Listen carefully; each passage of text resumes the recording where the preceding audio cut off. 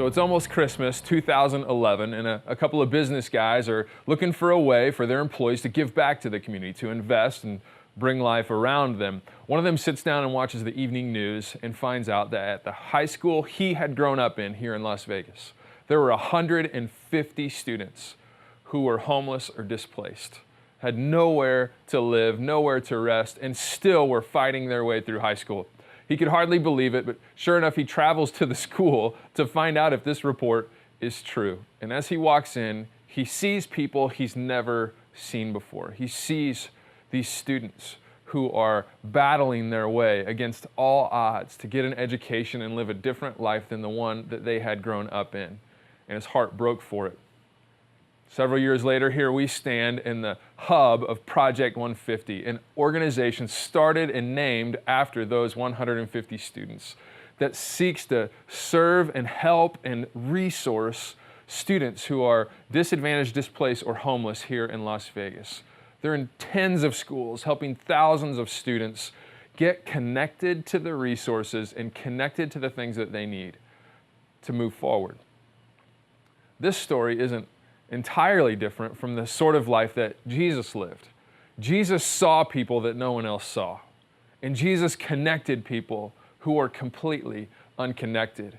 We talked about it this weekend as Jesus reaches out to a leper in Luke chapter 5, this man suffering from leprosy who would have been excluded in every single way. He could not have been more disconnected. He was struggling physically, and Jesus reaches out and heals him and restores him physically, but that's only part of it. All of the disconnection that this man would have felt would have been socially and emotionally. Because of the disease he had, it was contagious. It spread by touch. And so literally it was his job to shout out unclean if anyone came too close to him. Who knows how long it had been since someone had just shaken this man's hand or put their arm around him and hugged him or sat next to him. He was totally emotionally disconnected and isolated from the community. He was unconnected, and Jesus connected him. In the same way, he was disconnected socially. This man was a Jew, but he couldn't worship with all of the other Jewish people. He was not allowed to be in proximity. He was labeled as unclean. But Jesus says, you know what? Not only am I going to restore you physically, not only am I going to do that, Jesus could have just spoken and healed him, but instead, Jesus, unlike everyone else, goes and touches him and heals him, restoring him emotionally, and then he sends him to the temple to present himself, which is what God had said in the Old Testament to do, to be restored into the community. And now he could participate again in community life. One of the ways that we bring life is by seeing the unseen and connecting the unconnected. This is really the story of Jesus' life. I mean, if you look in John 1, there are these guys who ask Jesus a question, and he doesn't just answer their question and send them on their way. Jesus responds with one of his kind of telltale phrases. He says, "Come and see." And he invites them in and he has dinner with them. Over and over we see this pattern, not just with the men who would become his disciples, as these men would, Peter and Andrew and Philip and Nathaniel, but with tons of other characters. We find him in John chapter 4. He sits down next to a well in the middle of a day, and he speaks to someone that no other Jewish man would have spoken to. This woman who was excluded from her community. She came out to get water in the middle of the day to avoid seeing everyone else. She was isolated, disconnected, ashamed of some of the things in her life. And Jesus engages a conversation with him, essentially saying, "Come and see, come and see." And she gets the message. Because even though Jesus confronts her, she immediately goes back to her community, just completely brought alive by what Jesus had spoken into her life. And she goes to her community and says, "Come and see the man who told me everything I've ever done." He connected the unconnected. He saw the unseen. He does it again in John chapter 8 with another woman who was caught in the middle of an embarrassing act and literally caught in the middle of adultery and brought out into the middle of the road. And when everyone else was ready to condemn her, Jesus says, "No, I'll stand in the gap."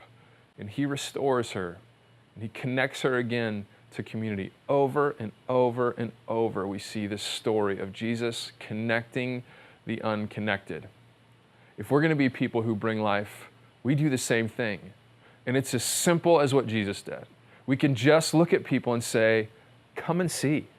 Just come and see. Now, a lot of people would say, hey man, we should really invite people to church. And that may be the way that people can come and see. That's great. If people are looking for church or looking for a community to jump into, that's awesome. Let's invite people over and over and over to come and see what God is up to at our church. But that might not be the first step. The first step might be to just say, come and see my life.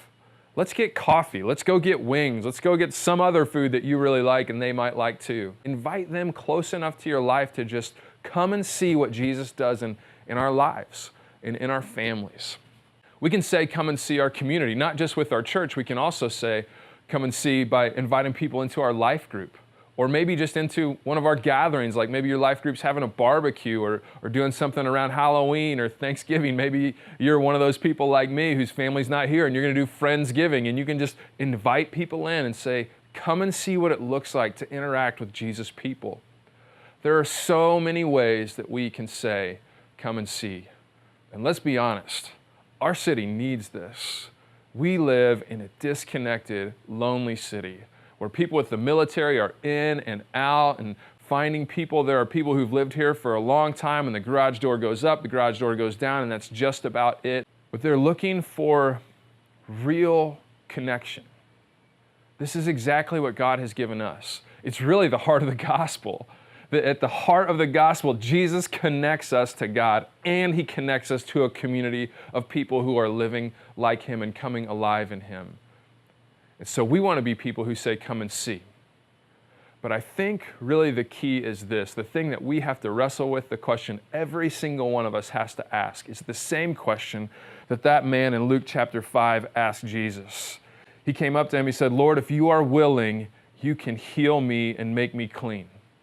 And my hope for every single one of us, with every opportunity to say, come and see, whether it's with the 2 to 3 people we identified in previous weeks that we're praying for, or people we just encounter this week in the course of our life at places that we normally go, I hope our response is exactly what Jesus is.